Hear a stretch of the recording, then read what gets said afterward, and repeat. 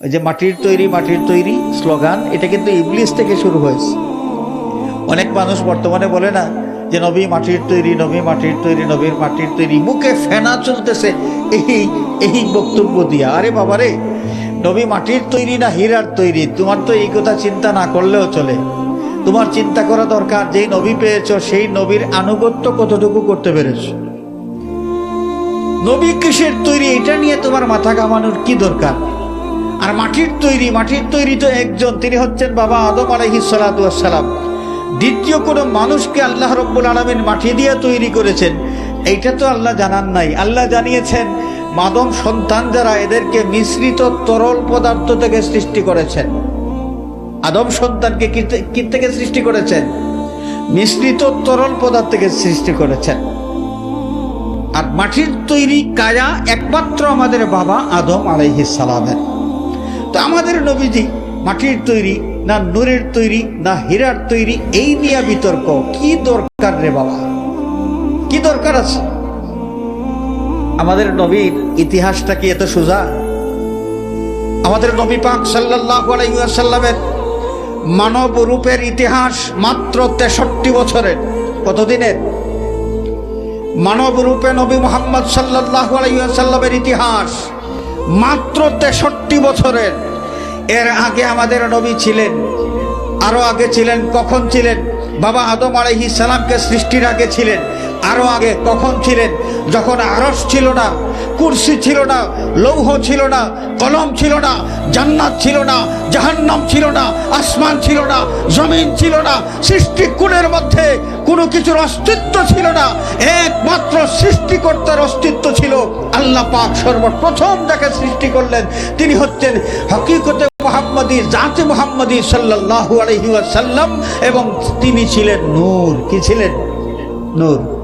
সে নূর হয়ে আস্তে আস্তে হযরতে আব্দুল্লাহ রাদিয়াল্লাহু আনহু, আব্দুল্লাহর কপাল মোবারক থেকে সেই নূর আমেনার মধ্যে, এবং সেই আমেনার গর্ভের মধ্যে জসদে মুহাম্মদী মানব রূপের এই কায়া সৃষ্টি করার পর ওই কায়া দিয়া নূরে মুহাম্মদী, জাতে মুহাম্মদী, হাকিকতে মুহাম্মদী সাল্লাল্লাহু আলাইহি ওয়াসাল্লামকে কাভারিং করে আল্লাহ রাব্বুল আলামিন পৃথিবীতে পাঠিয়েছেন। আল্লাহ নবী মানব রূপে পৃথিবীতে শোভাগমন করলেন। এই হচ্ছে আমাদের নবীজির দ্বিতীয় পর্বের ইতিহাস। মাত্র 63 বছরের এই ইতিহাসের দিকে তাকাইয়া বলবা যে নবী মাটির তৈরি, বিবেকটা কোন জায়গায় আছে? বিবেকটা কোন জায়গায়? নবী যদি এখানে মাটির তৈরি হন, তাহলে আদম আলাইহিস সালাতু ওয়াস সালামকে যখনও সৃষ্টি করা হয় নাই, তখনও আমাদের নবী আল্লাহ রাব্বুল আলামিন নবুয়ত কাকে দিয়েছিলেন? আমাদের আল্লাহ পাক যে নবুয়তটা দান করলেন, নবীজি বললেন কুনতু নাবিয়্যান ওয়া আদামু বাইনাল মা'i ওয়াত তিন।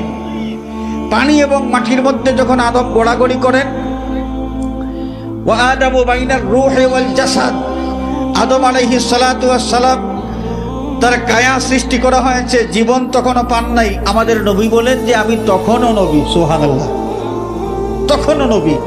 এই নবুয়তটা আল্লাহ পাক কাকে দান করেছিলেন? কাকে দান করেছিলেন? তখন কি এই যে মাটির কায়াওয়ালা মুহাম্মদ সাল্লাল্লাহু আলাইহি ওয়াসাল্লাম ছিলেন? মাটির কায়াওয়ালা মুহাম্মদ সাল্লাল্লাহু আলাইহি ওয়াসাল্লাম তিনি তো জন্মগ্রহণ করেছেন আমেনার গর্ভ থেকে, মক্কার কুরাইশ বংশে আমেনার ঘরে। কিন্তু যখন আল্লাহ পাক প্রথম নবুয়ত দান করলেন, তখন কি মাটির কায়ার মুহাম্মদ ছিলেন? মানব রূপে নবী মুহাম্মদ ছিলেন। তো কাকে দিলেন নবুয়ত? নূর মুহাম্মদ সাল্লাল্লাহু আলাইহি ওয়াসাল্লামকে আল্লাহ রাব্বুল আলামিন নবুয়ত দান করেছিলেন। সুতরাং এই যে আমাদের সমাজে খামাখা একটা জিনিস নিয়ে বিতর্ক, আমাদের জ্ঞানের স্বল্পতার কারণে এই বিষয় নিয়ে বিতর্ক করা হয়। কিছু মানুষ নবী মাটির তৈরি এগুলো বলতে বলতে এই স্লোগানটা ওই যে ইবলিস শুরু করেছিল, আদম মাটির তৈরি, ওই স্লোগানটা চলতে এখনো কিছু মানুষের